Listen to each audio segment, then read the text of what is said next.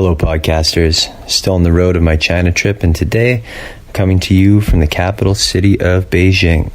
A Canadian expat was kind enough to share his home with us during our time in the city. A little bit of a unique accommodation this time. Our friend here works for the Canadian Border Services, so he lives inside of the embassy. Great to be home. Actually, we found out that's a myth. Embassies do not technically count as home soil, so we're still very much in China. We spent the last 3 days in the northern city of Harbin, which is a sister city agreement with Edmonton of all places, dating back several decades. The conditions are cold and harsh, but they sure do love their hockey up here. Most of the greatest players in Chinese history come from the city, so I guess we can consider them the Chinese City of Champions. My guest this week is a very well-known man around town in Edmonton. Jesse Lipscombe is an actor, producer, musician, entrepreneur, and former elite-level track athlete, once on track for the Olympic Games. Most recently, Jesse's become a household name for his Make It Awkward campaign, an anti-discrimination movement that took shape in response to a drive-by racial attack on Jesse himself. The efforts of this campaign culminate this weekend from February 1st to 3rd, that was weird, at the Make It Awkward Summit in Edmonton. The MIA Summit 18 will bring together global leaders championing inclusivity, diversity, and love in order to disrupt the status quo and create lasting societal change. The summit has an incredible lineup of speakers, musicians, other performers. Don't miss this one. Get all the information at miasummit.com. I had a real pleasure chatting with Jesse, who's just a straight-up awesome human being, and we had fun babysitting his boy, Indiana, during the episode. So, without further ado, hope you enjoy my chat with Jesse Lipscombe.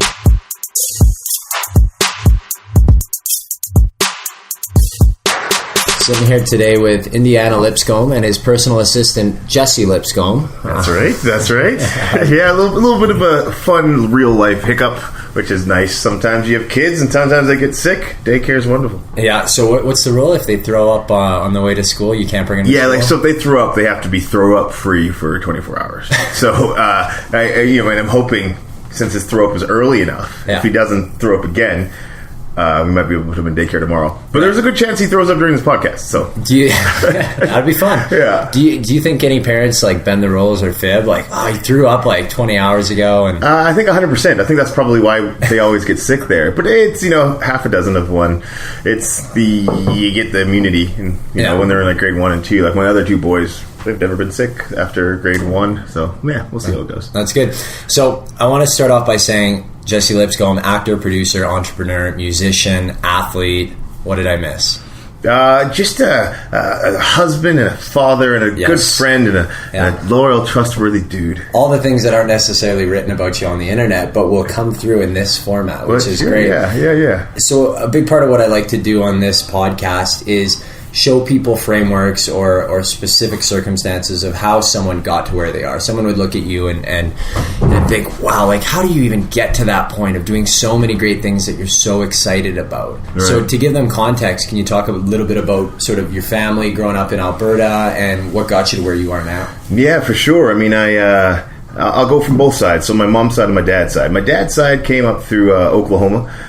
They came up in the early 1900s when a lot of black settlers were looking for land. They were fleeing Jim Crow times back in the late 1800s, and they settled in a little town or village-ish. It was actually a collection of farms called Amber Valley. Mm-hmm. That was up by Athabasca, and it was all black settlers, which was weird for a lot of folks. It was just a black group city, and then everyone else is just transplanted there in the middle of Alberta. And so they that's where my dad's side. He was actually born in Amber Valley. There's a very famous baseball team, the Amber Valley baseball team, where they used to play all the major leaguers and always kick their butt over and over. And some really fun, black history through there. My great auntie, her name's Bessie Coleman. She's the first black lady to fly an airplane.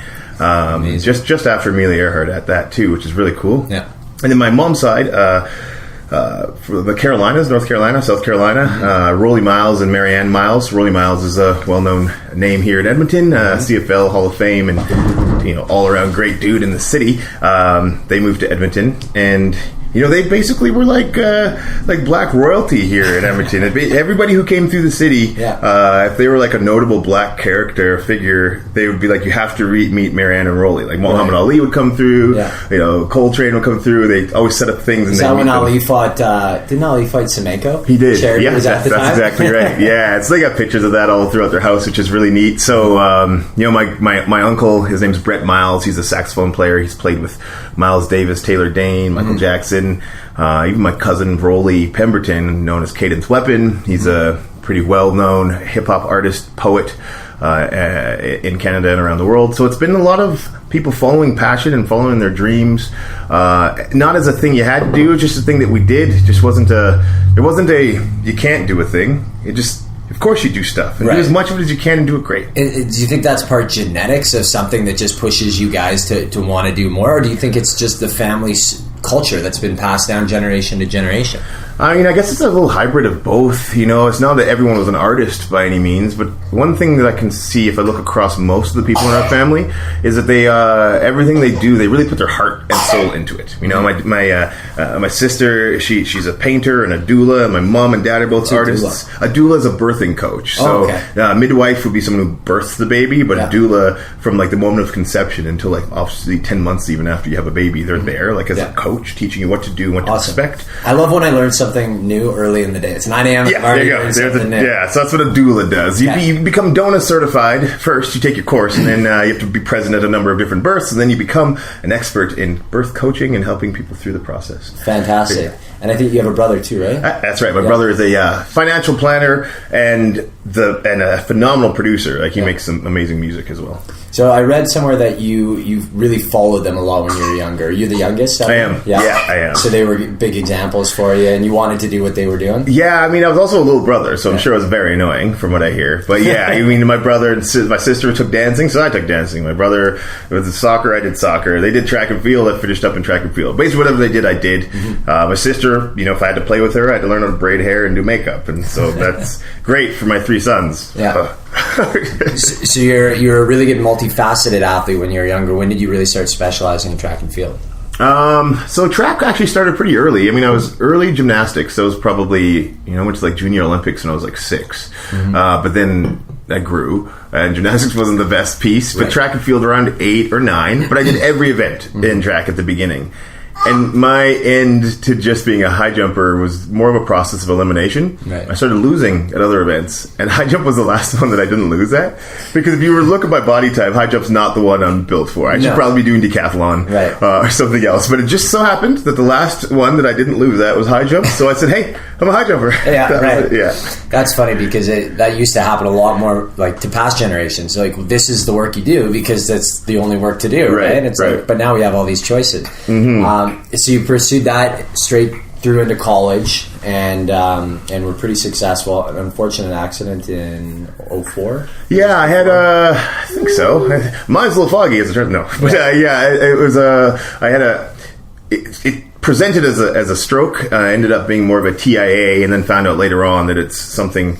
The street term is beauty parlor syndrome, but I don't know the real term. Basically, the dura. Where does that come from? The dura in the back of my neck. Yeah. So whenever I have my head up at this angle, it's like a 45-degree angle, like you would when you high jump. Yeah. Then the dura in the back of my brain get kinked like a hose, and so then all the blood pressure goes through, and it basically causes stroke-like symptoms. We didn't know all the details of it at the time, so it just looked like strokes happened. So then that was the high jump career end. Yeah. What was going through your head at that time? Not a lot, really. I was just confused. It was really weird because I remember I had a headache and I took a knee, and then I was trying to stand up and I couldn't stand. And then I asked my coach, I'm like, is my right eye open? And she's like, yes. And it was like eclipsing, like an eclipse of a sun right over my right eye. And then all of a sudden my speech started to slur, and then went to the ER, and it was really quick in and out. And it was kind of a blur in the sense of what does that mean? I never thought it meant I was done track.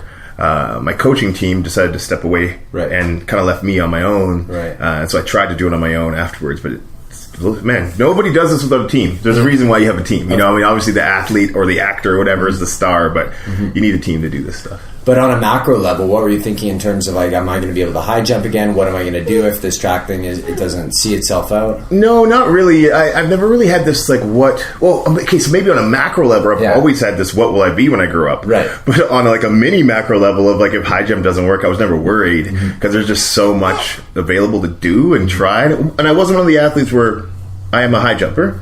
Without high jump, what am I? I love high jump. Yeah. If anything I could pick, I'm an artist, I'm a performer, and I'll do it on any platform. So high jump was a chance to perform amongst thousands of people.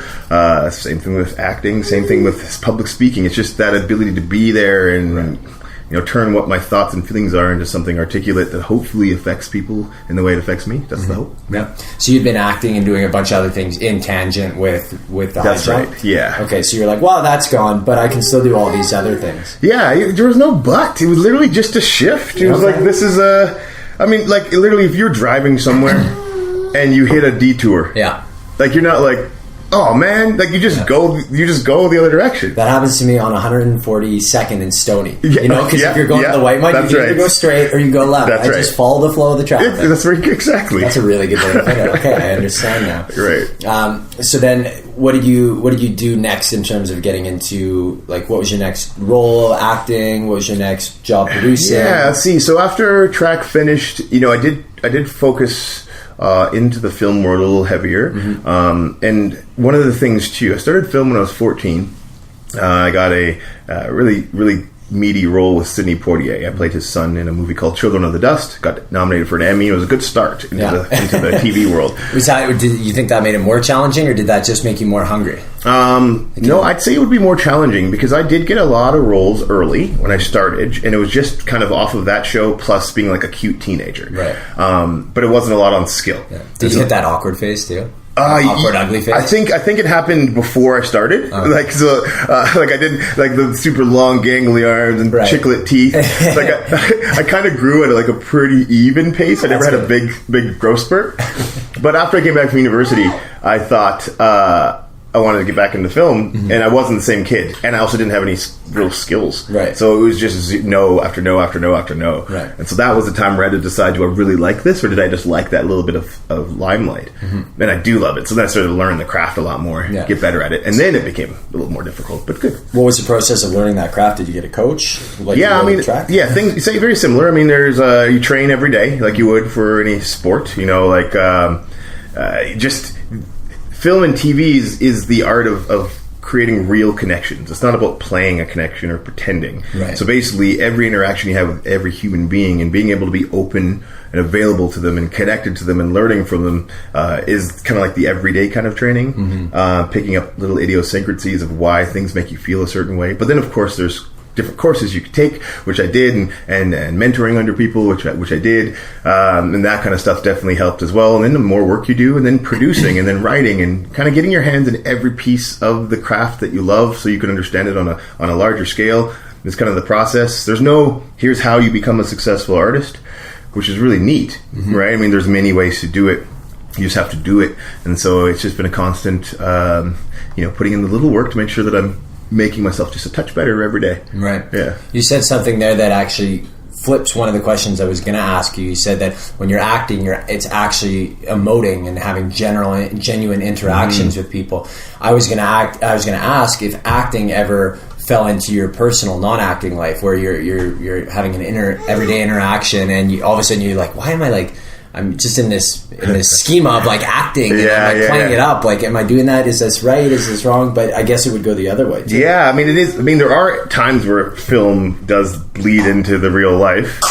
There's movies where I've had accents and I've been working on it for a long period of time, and all of a sudden out of nowhere they just show up, right? That's like when you're talking to someone for like a couple of days and you start pulling their accent. Oh, well, that happened to me in Ireland. Did it? Oh, yes. Especially as you had more beer, though. Love it. So this is Indy George is going to come join us. Pull up a chair. Yeah, right, Indy. Let's talk. That's me.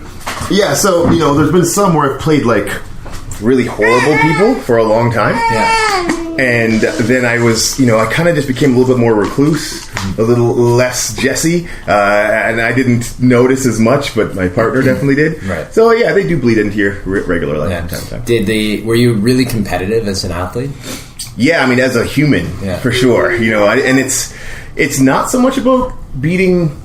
No, it's about beating people. That's real. Yeah. But it is really about doing what I think is my absolute best. Right. So my standards for sure are on a pretty high level for myself. Yeah. But if I did my best and I thought I did my best and I lost, I'm okay with that. Right. That's why being sixth in the world at best was okay. Yeah. I couldn't beat the other people. I couldn't do it. They're so good. Was that ever a problem when it came to acting in terms of competing?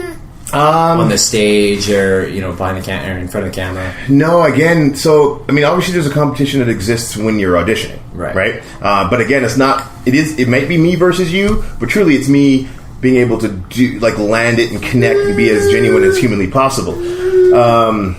So that's one piece. But then on stage or when you're actually in front of a camera, it is about collaborating. Mm-hmm. My goal is to make sure that we connect, right? So I don't want to outshine someone. That would make the scene horrible. Yeah. Right? I want to really make sure I'm available to them so that we can work with each other. Right. And that's when magic happens on the screen. As I work more in film, I notice, things that actors do. It's a far more complex skill, craft than anyone gives it credit for. Mm-hmm. What has surprised you along the way in terms of learning that craft? Well, the one thing is there's so much to learn, and some of the best. I mean, it's one of those games of imitation too. You want to take from some of the best actors in the world, and then make it your own. But there are so many pieces to being real in general, and I even mean that in the sense that this is a little bit of a tangent, but no problem. Oftentimes my own nature and how I am doesn't come across as genuine, and that's just me being real. Right. A lot of times people take my positivity and love and gregariousness as being put on, you're always on. Yeah. But it's literally who I am, and it is genuine. But it's an interesting thing to see that even in being genuine, it could look not genuine. Right. And so all these layers of when you're acting as well. Just because we have this idea of what genuine is doesn't mean that's necessarily genuine. Right. I can play that, which would be less genuine than who I actually am. And she's getting this wormhole, figuring out who your characters are and what levels of real life. And it's just such a fun game. And it's so fun because you become so empathetic and sympathetic for individuals that you might not have, because it's not that when they say once you step into someone else's shoes for a bit. Right. But when you jump into a character, you step into their shoes for you are them for a month, right? So even if they're the quote unquote villain, you can understand why they see things the way they see them, and all of a sudden you start to feel for other people in different ways, and it really does, I think, help me deal with the world in a different light, because everyone's truth. There's a reason they're doing it. It makes sense, You understand more pieces of the human puzzle. Right? You see more of the whole picture. Absolutely. I was going to say that the people thinking that you're not being genuine, that at the end of the day is their problem, right? And in Taoism, you don't let what other people do affect you. But if you're that, I think it's consistency, right? If you're that consistent, then people finally realize, oh, okay, he's actually like that. And then people tell me they thought I was a prick at first, the first couple times, and then they're like, no, that's just who he is, and he's actually nice. Yeah, exactly. I think. I think exactly. No, it is very true. I mean, what other people think doesn't really matter. And it doesn't change who I am, of course. It doesn't matter, because if someone doesn't think I'm a good actor, I'm not going to get the role. So that matters. Yeah. But for just being open and honest with who you are. Yeah, I agree with you. What's been your favorite role you've played, and what's been your most challenging role? And they've been the same thing. Yeah. No, my favorite role actually was my very first role I ever did on stage, and that was just recently. So I've only acted on stage once. I did a musical stage play called John Ware. That's what happened. So he's redecorating the house. Yes, John Ware Reimagined is what it was called, and it was actually kind of similar to the story of how my father came to Amber Valley. John Ware was one of the first black cowboys. I say black cowboys. He was one of the first cowboys. Yeah. That term. This is a really interesting story, though. Yeah, I mentioned that to you, right? Go into it. Yeah. So cowboy back in the day was always. My son is awesome. He's got energy. I wish we had video of this podcast, because he's throwing DVDs and just doing as much quiet work as possible.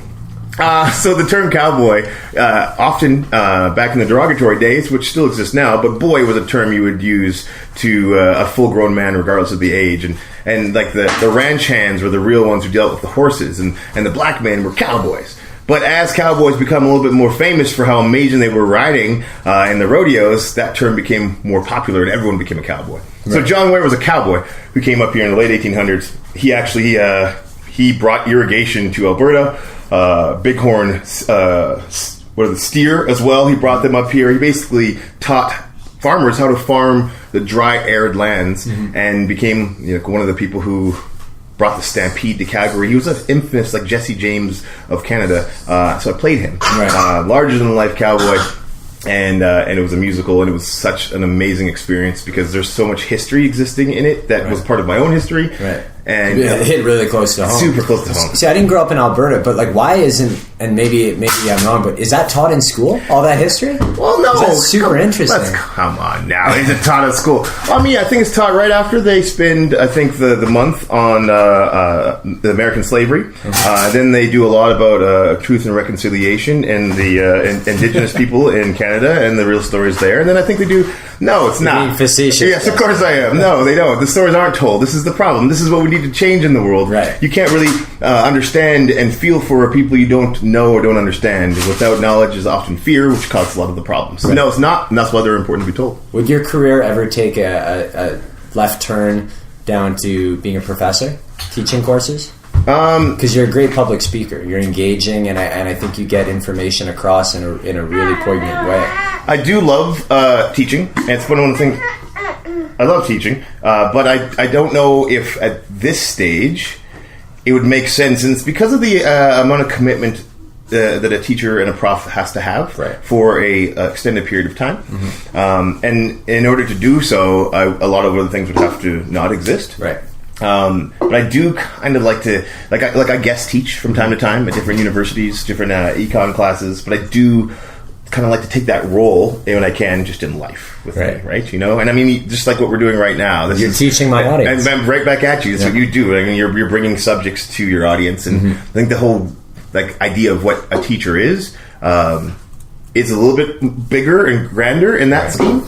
You have more responsibility too, right? So you're really taking charge of these people's future in terms of what you can turn a student off an entire subject if you have one bad course. Oh, it's unbelievable. I always remember that I would always look up my professors on Rate My Prof before deciding to take a course, because it could be the best sounding course in the world, but if you had a bad professor, you're just not going to enjoy it. You're going to shut down. But it could be something that's like mediocre and kind of like cultural psychology or something like that. But this prof is the best, 5 out of 5. And you take it, and you love it, and you kill it, right? Psych was my major, thanks. That was awesome. Could be a random boring course like cultural psychology, which is what I took. Let me tell you. I'll tell you a story about school real quick. I did. So when I went to school, Morehouse College in Atlanta, Georgia. That's where Martin Luther King went to school. Spike Lee, Samuel Jackson. It's an all male school. They call it the Black Ivy League, the HBCU. So it's all black. Interesting. Yes, it's not. Are there any white? Yeah, you can go, but it's a historically black college and university, right? So it was there back when it wasn't segregation wasn't the thing. So we'll create our own amazing stuff. Right. We did have we had 2 white guys. One was a kicker. Yeah. Was he Australian too? No, he wasn't. That's becoming a thing. I know. That's right. And the other one was an academic. But I remember, so it was my freshman year, and I saw a course called Urban Planning. Yeah. And I didn't know what urban planning was then. I was like, oh, dope. This is going to be like a school, how to be super urban. So I went into the class, and then the prof was like, the Central Business District is like, what is this course? And I couldn't get out of it. But the teacher was awesome. And I started to love planning and building and urban, and the whole idea of how cities sprawl and gentrification. It's addictive, right? Oh, totally. That's a really cool course. Never would have ever, if I knew what it was. I was like, oh, dude, I'm going into urban planning. It's going to be the dopest class ever. It was so wrong. But just to the point where teachers make it. And he was growing up in Edmonton too, not necessarily that urban to start with, I mean, it's funny, because it's a lot of people would assume that as well. But I mean, we have our pockets, right? You know what I mean? My family was from the States, and also from a predominantly black area, although I lived in one of the whitest areas ever, which was St. Albert. So it's a little bit of both, you know what I mean? But definitely, being a young athlete traveling. Yeah, me again. Yeah. A couple. We got Blair McFarlane. You guys would almost be the same age. Yeah, he's just like 2 years older. Do you guys know each other? We do. His sister and I know each other a little bit better. Right. We ran track together. Yeah. But yeah, I mean the St. Albert squad. We had Tyrone Henry, great basketball player, banker. Blair McFarlane, he owns Red Square and a bunch of bars downtown. We got Iginla. Nice. St. Albert, we did well. So, what was your most challenging role? Getting back to the plan here. Yeah. Most challenging role, I'd say, was being a dad. Yeah, that's right. Exactly. Most challenging role.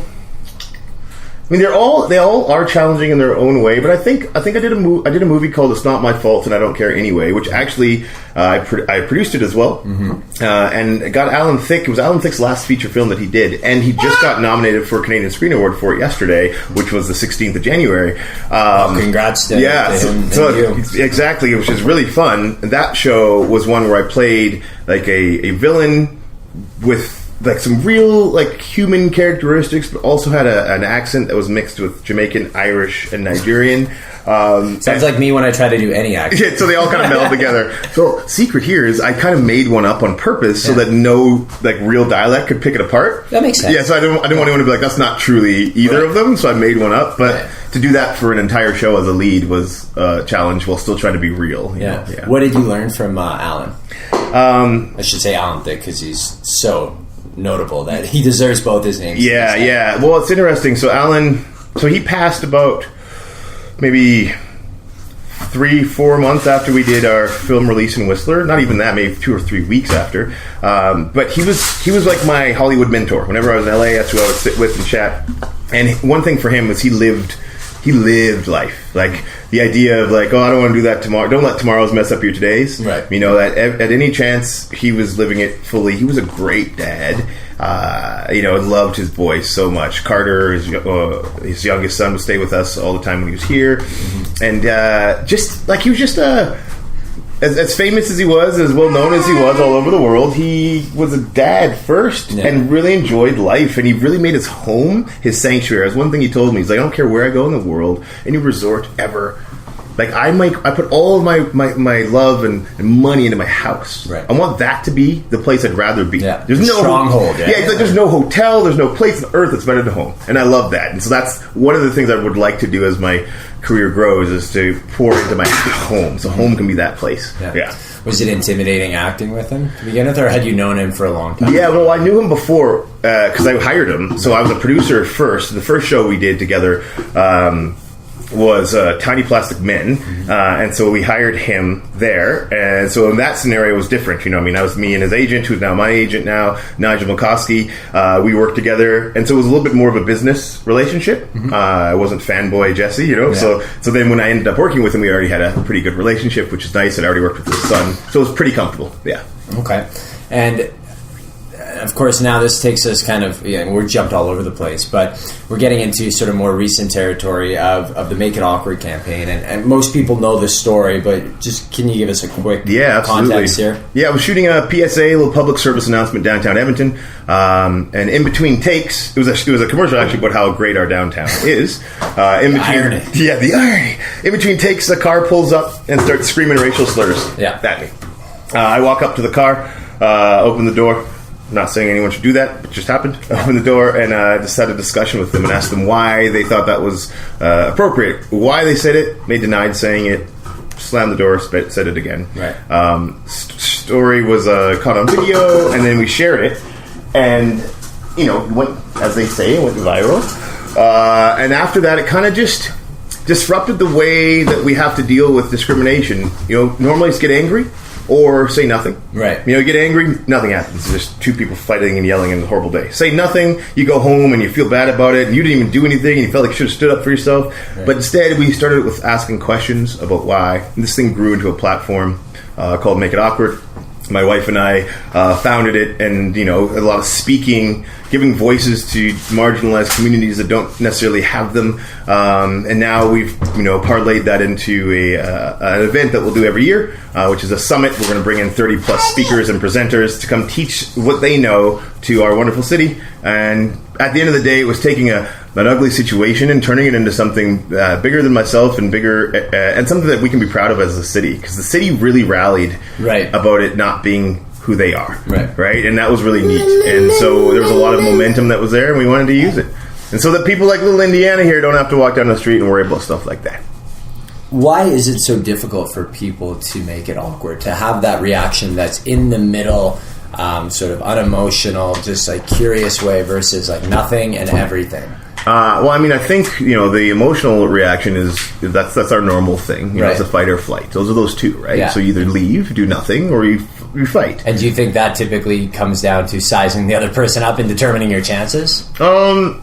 I mean, I guess that'd be one aspect of it. Another aspect is just like how confident you are in situations, or how emotional you are. Sometimes you don't even care, right? I mean, how many friends you have behind you. All those pieces. But the other piece too is rarely do we really think about like why somebody would feel that way. Like, how do they get to this position that's how they feel like they need to talk to somebody? And then asking those questions and starting to try to deconstruct what that reality is, and God forbid, actually have some empathy for who is normally portrayed as the villain. Right. My dad just told me a story where he got cut off in a parking lot, and this guy got out of the car. They're both standing. He was swearing at him, yelling at him, and my dad just stood there, very kind, amazingly loving man. He went into Tim Hortons, came back out, and said, "Hey, you must be having a horrible day," because I didn't do anything for sure. Yeah. So here's a gift card of Timmy's. Hopefully your day will turn around. Right. Of course, at that second, it turns into apologies and tears.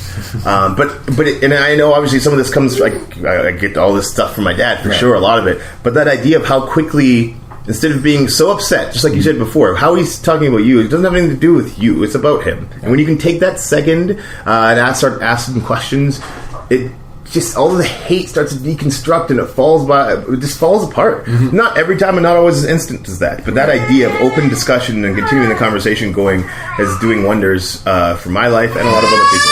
Right. And it's kind of the same vein as nonviolent protests, right? Like it's kill them with kindness, kill them with love. Don't fire back in kind. But what is it about awkwardness that we want to avoid? Because really, when you look at it in terms of like physical danger, you're in no danger when you're awkward. Like fear is bad for us. Being sad we don't like. But those are all like really like physically could be dangerous emotions. But there's no danger when it comes to awkwardness. Yet we still avoid it at all costs. Like we will not have the tough conversations, even with family that has nothing to do with discrimination or race. It's just a little interaction thing, but we avoid it. I think a lot of it has to do with the power of our own social circles and how important like our role and the hierarchy of our social scenarios look. So like in the event of, a lot of, young people that I talk to in junior high and high schools who want to call out their friends, opt not to do anything because they don't want their friends not to like them. They don't want themselves to be ostracized and be on the outside of said social group. Right. I'm not saying that happens, but I think that's the fear that happens when you go against the grain. We're so like creatures of habit in everything we do, right? I mean, it always takes someone to be very courageous and to try something new and to step out of the norm. But then the next most important piece, that other person who comes with them, and then it becomes this new thing that we're doing. So doing new stuff has always been hard, humanity-wise. Change has never been easy, without a doubt, too. But a change maker is useless without someone else courageous saying, "I'm going to join you." Right. So why is it weird and hard? Because that's what we do as humans. We don't like to do things that are different than what we're doing. We're creatures of habit every day. Yeah. Just trying to change habits is what we're doing. Does the level of awkwardness get ramped up when you've got more people observing the situation? I guess, all these things, they differ. I mean, we really talk about three different ways of making it awkward. Making it awkward in public, like let's say you're on a train or on a bus, and a lot of people worry about safety in those situations. Like, I don't know what this guy's going to do. And for us, we say, don't worry about that person. If one person is being discriminatory to another person, to the victim, Put all of your attention on the victim. Right. Go befriend the victim. Talk to them. Tell them don't worry about it. Have other people do the same. Then now all of a sudden, where you had one person making everyone feel awkward, now you have this whole group, and this other one person's talking to nobody. You just change the power structure there, right? Interesting. If we're talking about it like at home and family, that's where you ask questions why. Like, hey, racist Uncle Jim. If your name's Jim, I'm sorry, and I'm not saying you're racist. You're just a random name. Everyone's got a racist uncle, right? All right. Yeah. I don't know if you noticed, but the whole vibe of the room changed a little bit here when you said that. I'm just going to ask you why you thought it was funny. The floor's still yours. Yeah. Then you'll say something funny again. No, I still don't get it. And you just let them have the floor. Because, they wanted it anyway. Just like any comedian, you scratch it off the set list. It's no fun. It's not funny anymore. And everyone knows that they should say something. Everyone feels that. Feel it. It's inside, a feel. Right? It's a guttural response. Yes. But it's that resistance to doing the thing. And it's the same with anything. Like, I don't know if you've read The War of Art. Yeah. Fantastic. Yeah. But it's that same resistance that stops us from always doing the thing that we need to do the most. Oh, and it's 100% that's the case. And that same feeling is that same feeling when you're nervous to, let's say, public speak, or you want to try a thing. And over and over, every high thinker or motivational book or person who's done some stuff will tell you on the other side of that feeling is the most amazing stuff you've ever seen. Right. Everywhere. So that idea of feeling I should say something, by the way, on the other side of it, it's not altruism. I feel way better when I do it. It feels amazing, and people are proud. Like, hey, I did it. I made it awkward. I'm like, and then it becomes a little bit more like there are so many texts and emails I get from that. Like, Jesse, I made it awkward today. You want to hear this? Of course, I want to hear the story. Tell it to me and tell everybody. Yeah. But it does feel good. You know what I mean? And there's nothing wrong with that. So I think just on the other side of that feeling is consistent, and so is what's on the other side. It's always been good. Yeah. Is it a positive feedback loop to have started something that the more it happens, the more work that you put into it and the bigger it grows, the more rewarding it is? Oh, man. I wish I could just say yes. Yeah. But I feel like with anything, people love to build stuff up and people love to tear things down. We love seeing champions so that underdogs can beat them. This is what we do as humans again. So I've definitely seen both sides of this. The idea of where it's a lot of support, but I've also seen the other side where there's a lot of, now that you've made something, let me see what I can do to tear it apart, tell you how it's bad, what's wrong with it. And so that other aspect is a difficult thing, but it's not about me. It's about how a thing happens. Right. So I was trying to stay focused on it. But it's also interesting too. There's a lot of I think underlying bias that people don't even notice when they talk to me about. Well, Andy, I'm just gonna. This is a really important part. When people talk the resistance, to me, yes, the most exactly. important thing. There's always a resistance to it. So when people, they there's all these bias or assumptions, and I saw a lot of them. Like, it must be a scam, or you're trying to steal money, or you're trying to convince people to give you trust. All this stuff doesn't happen when you don't look like me. Right. This is a reality of it. You know what I mean? This idea of mistrusting visible minorities, specifically black men, is a thing that occurs. And I've been seeing, a lot of that, which is quite unfortunate. But the amount of accusations and finger pointing and how it looks has been very interesting. So I'll say this, it's been amazing. There's so much more support than there is dissenters, but at the same time, it's very clear to see where it's coming from and why it's happening. It's not going to stop me. Haters going to hate. Hey, haters go hate. That's right. That's right. And I'll be the first to admit that I have no first-hand experience with racism and grew up in, that role of never really being exposed to it. Right. Is there ever a thing as reverse racism where someone is just being so overtly polite or so overtly, respectful? You're like, all right, is this an act? Relax. No, I hear what you're saying. I mean, that idea of reverse racism and then that example you gave, I wouldn't even put those into the same category. Okay. Some people talk to me about reverse racism in the sense of, I think that's a different term. Right. Minorities that are like a black person saying I hate white people and calling them names and things like that. And there's some arguments on is it racism or isn't racism, and racism being a power structure of systems that's set up to actually adversely affect a group of individuals. So, for example, if one black guy is saying I hate white people, does that ultimately affect how white people will be able to operate in today's world? And usually the answer is no. Right. Again, semantics. Being a jerk to someone is being a jerk to someone. That's one thing. Yeah. So I try not to get into that argument of is it racism or reverse racism. Right.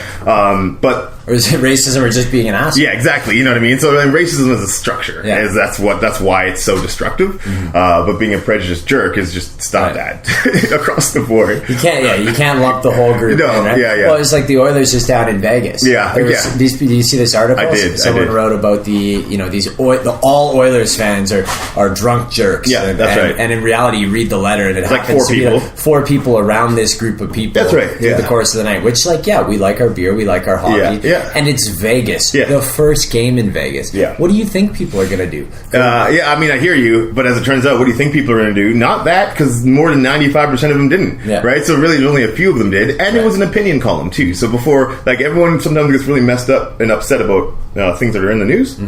Opinion columns are just that. It was a point of view from someone going down there, and that was what their point of view was. And so I think as long as we read it with an understanding of what it is and see who's the author and what's going on, you can take it with a little grain of salt. I've been on that bad end of many opinion columns as well. Some people have agendas. Some people just see it from one... Actually, that's perfect. Our life is an opinion column. Right? So as much as we want to say, this is how it is... All we're doing is writing opinion columns of our life, right? So we should actually be quite aware that maybe I'm just seeing it from this one tunnel, and there's probably a really good chance that 95% of it could be wrong, right? So, but instead of talking about what you are, what you're doing, just do. Yeah, just do things, and let the actions speak louder than the words. That's right. That's what the people who seem to say what they're going to do the most are the ones who never do it. Yeah, right? Yeah. So run us through what makes it awkward. Whoa. First of all, I just got to say, it's super impressive you still have VHSs. Yeah, well, they're one of his favorite toys. Yeah. And I do have them. That's what they're good for now. I also like this. This is like my little bit of a library that we're sitting in here in our dining room. And I like to keep some random, weird, crazy things, stuff from the pop shop, a disco bell. I got a breast implant. Yeah. Wait, which one's that? It's right here. That's a real breast implant? Yeah, it's a real breast implant. That's a good size. So then over there, those skulls over here. So I have my best friends are surgeons. And so when they're learning how to do otolaryngology with ENT training, they have to do this stuff and be able to, so they gave me all of their toys, of training toys. It's amazing. It's lots of junk, but not junk. It's cool stuff. Yeah, it's like a craft museum. That's right. Yeah, so that's why I have VHS, and that's why Indy's throwing them. He's like, these are useless. They're outdated. Get rid of them. They're taking up space. Records, those are cool. Those are vintage. VHS are not cool and vintage. Not yet. No. Oh, he probably loves those. This is the first time that my youngest son has held a breast implant. Oh, it's a little heavy. They're not all like that. Don't set your expectations too high. Awesome. Run us through the Make It Awkward Summit. What's going on, the dates, all the things people need to know. February 1st to 3rd, it is at the Westin. We'll have over 30 different presenters and performers. Day one, we start off with Sachi Cool. She's coming in. She will be our first keynote, and she'll be disrupting the audience of a good 300 or 400 people there, followed by a musical performance from Mr. Smith and Mila. Mila is... you might not know, but some people will. 702 is a band, all-girls band from the 90s, and they sang a song, "Where My Girls At?" From the front to back, and if you're feeling that... Oh, yeah. I know this song. I knew it. That's right. Okay, so she'll be there performing that night. Yeah. On Friday, we have Jane Elliott, which is going to be great. Jane Elliott's been on Oprah numerous times. She does the brown eye, blue eye test. It's like a 2.5-hour seminar of prejudice and racism. She's flying in from San Diego to do that. And then our keynote is Quentin Aaron from The Blind Side on our Youth Day. He'll be there on Saturday. Concert. We got a comedy show. And then workshops, presentations, food, and just 2.5 days of amazing learning with some of the best people in North America. Fun, learning, and reality. Yeah, that's right. Yeah. And you know what? It can be cool and fun to get better and grow. It doesn't have to be like soapboxy learning. Have a great time. Soapboxy. What kind of learning did you do? You should do this. Thou shalt do that. I'm like, just calm down. Let's have a good time. Listen to good music and learn stuff. Yeah. That's what we want to do. Do you still face the resistance? I mean, you've done so many things. You've built up this resume and this confidence of having been successful in a lot of things. Do you, before you get up on stage, do you still get that nerve?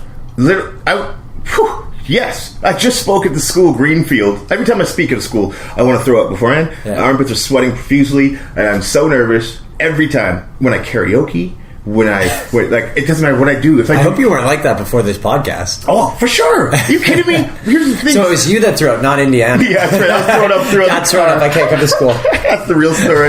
No, I do because I care. I care so much. Yeah. And I really don't, man, I just really want to be able to articulate things in a way that makes sense and can help in some way or start conversations, and I don't want to waste opportunities. And so I get nervous about opportunities and I want to waste them. Not nervous because I don't want to do them, right? Yeah. That same feeling is the same, because it used to be I don't want to do it, right. But now I've changed that into I don't want to waste it. Yeah. So I welcome it, but it definitely every time. I'm not like anything at all. So, are there any tactics, any special tools or tricks that you use? Do you have breathing techniques, or is it just drawing on your past experience? A little bit of both. If it's singing, then for sure there's breathing techniques, because when I get nervous, you had my a really throat. bad experience with singing. Oh yeah. Talk about that a little bit, because that's so important. It stopped you from doing something you love for 5 years. Oh man, it did. And that was a great 90s rendition that you just gave me. I don't ever want you to stop singing. Yeah, so when I was in college, there was a musical called The Lion King. A lot of people know that one. And I know that one. Yeah, friends of mine said that they had open auditions in Atlanta, so you have to go down there and you bring a monologue, which is just a scene for acting, and then you also have a song. So I went down there in my mind, I was going to sing an Usher track. Too quiet. Yeah, he's having fun with the boob. He's got Cards Against Humanity. Oh, it's a great game. I can't understand. read it yet. He's fine. And so, I had a song in mind, and I was going to sing "You Got It Bad" by Usher, and then I had my monologue ready.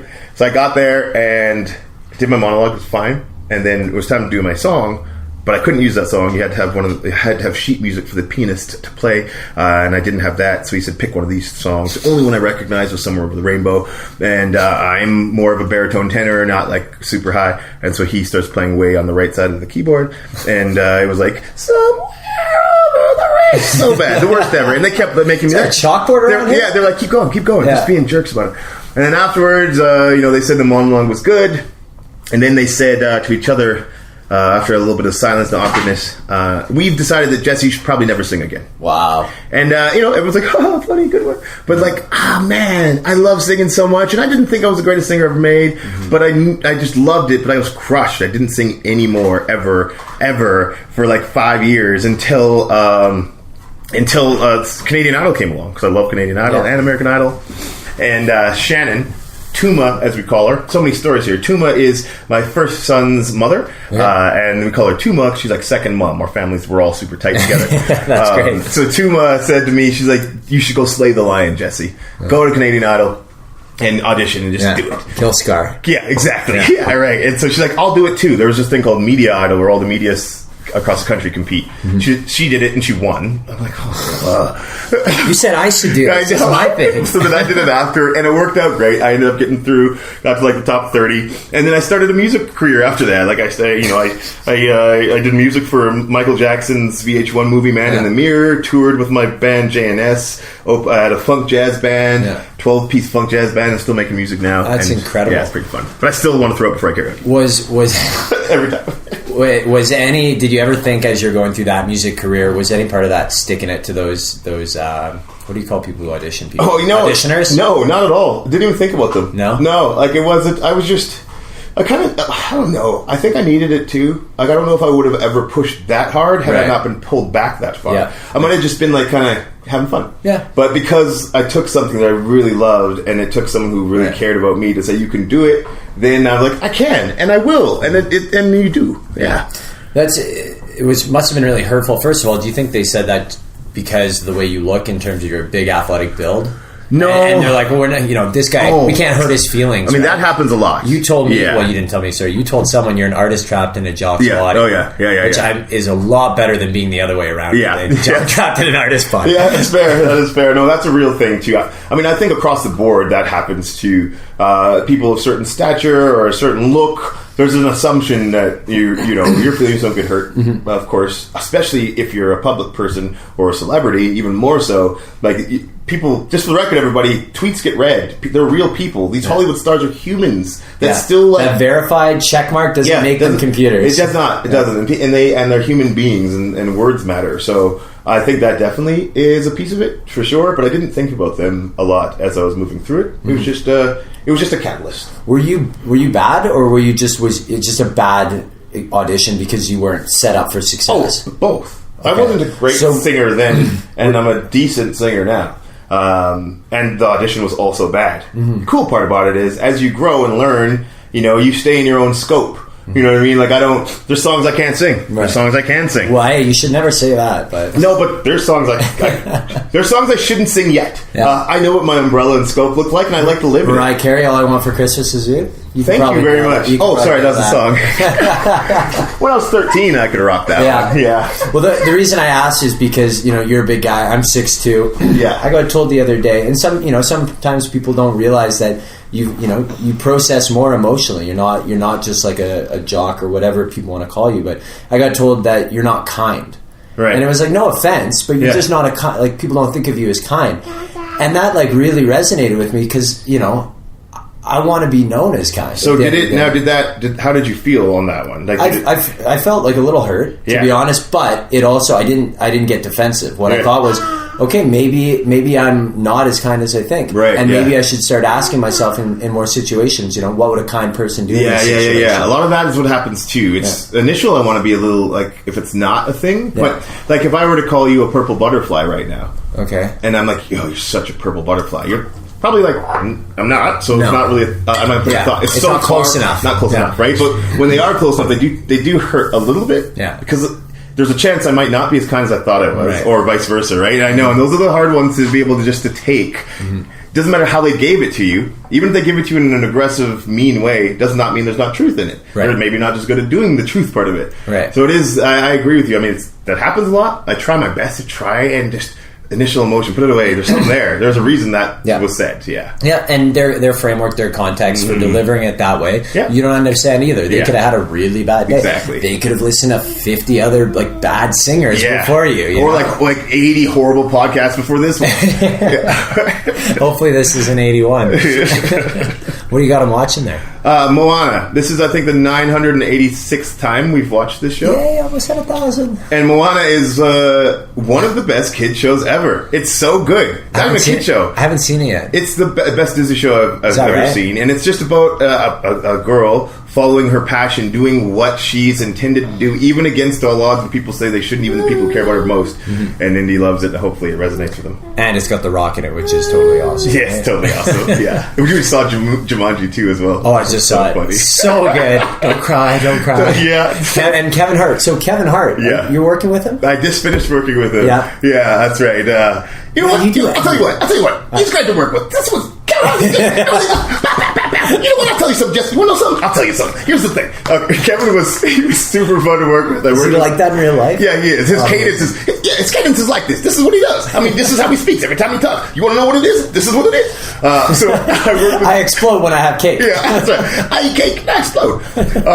I worked with him on a TV show called What the Fit last summer in LA. It comes out this month sometime. And it was like a reality fitness comedy show where I brought one of my other companies, Flow Power, which is a fitness program where you just use your body, no weights, nothing like that. And then Flow Power Daddy and Me is where you use your kids as implements. That's simple. Yeah, so, sometimes I use Kevin Hart and sometimes I use some babies. It's pretty fun. Amazing. Yeah, so that should be out before the end of the month. On his YouTube channel. So Kevin Hart's got his YouTube channel. Yeah. Okay, perfect. Well, I'll make sure we tune in. Last question I want to ask, and then kind of a two-part question. What family members made the biggest impact on you? Yeah. I'm going to say my grandfather, for sure. A lot of the lessons that I got through him, and not strict just from conversations with him, but just from him as a man, but then him as how other people spoke of him. Yeah. And then I have to take the next one is my actual family, like all of them. My brother, mom, my dad, my sister, and my brother. And I can see where I got so much and where I have so much to learn from still. Like my dad and his ease of temperament and kindness and patience is unbelievable. And my mom's fearlessness when it comes to trying new stuff in arts. And then my sister's loyalty and just like zest for like the things that matter in life. My brother's focus and his focus, but it's also he doesn't give out like gratitude, or not gratitude, but like way to go, unless they're for real. Right, so there's like a desire for them from him. Some people get them from their parents, like they want that. That's probably my big brother is like that. I was like, what can I do to impress my brother? I don't think I can. I don't think I can impress my brother. Right. I don't know if I've given up yet, but that's it. But all of them have kind of created. Those are the people that push you to consistently be better all the time throughout your life. Yeah, So my family is I guess everything is a family for sure. It's my grandpa and then my immediate core. Yeah, that's awesome. And do you see yourself as a role model yet? Yeah, no, I do. And I have for a while, and I think a lot of that is even if one doesn't, to assume yourself as one really does allow you to think a lot before you do, more than you normally would. And the idea of like who's watching, someone always. Yeah. And so those things have helped, but I know I do mentor people and work with individuals, and I like to fancy myself as a role model and mentor to some if they'll allow me to be. Well, I think that's a fantastic way to get to where you want to be, right? Ask yourself, what would this person do? What would I do if I were a role model to a lot of people who needed one, right? Yeah, exactly. And it's such an easy way to sort of illuminate the path. Yeah, 100%. When you ask those questions of like, or even. If you want to be whatever that goal is, what would that person do in this scenario? Yeah, like always, just ask it as that question, and then it becomes much clearer. Mm-hmm. Like I want to be an actor, or I want to be an athlete. All right, what would a pro athlete do right now? Mm-hmm. Probably not watch Netflix. Probably be training. Yeah. Probably go out for beers. Right. I mean, all of a sudden, each time you're like, I guess it's not that crazy how to get there. Yeah. Or if you want to be a comedian, maybe the answer is yes. I do want to go out for beers with my buddies. Yeah. They're my best material. Exactly. Yeah, that's right. Or sit in my basement depressed. Sorry, there's so many dark inside. We won't go down that road right now, but you're also one of the best multitaskers I've ever seen. For those tuning in on the audio, obviously, Jesse's got his son on his lap with the phone in hand, bouncing him. The kid is practically pacified. Oh, no, he's looking at it. Hi, Indiana. India, you want to say something? You want to say hi to the audience? Oh, no. He just wants more. No, just more. All right, cool. All right, well, I'll let you get back to your day, Jesse. Thanks so much for this. Really appreciate it. Thanks for having me on. I had a good time. All right, we'll see you next time. Take it easy. Guys, thanks so much for listening. Hope you enjoyed. Make sure to check out the summit this weekend. Back in Edmonton next week. Look forward to seeing your faces.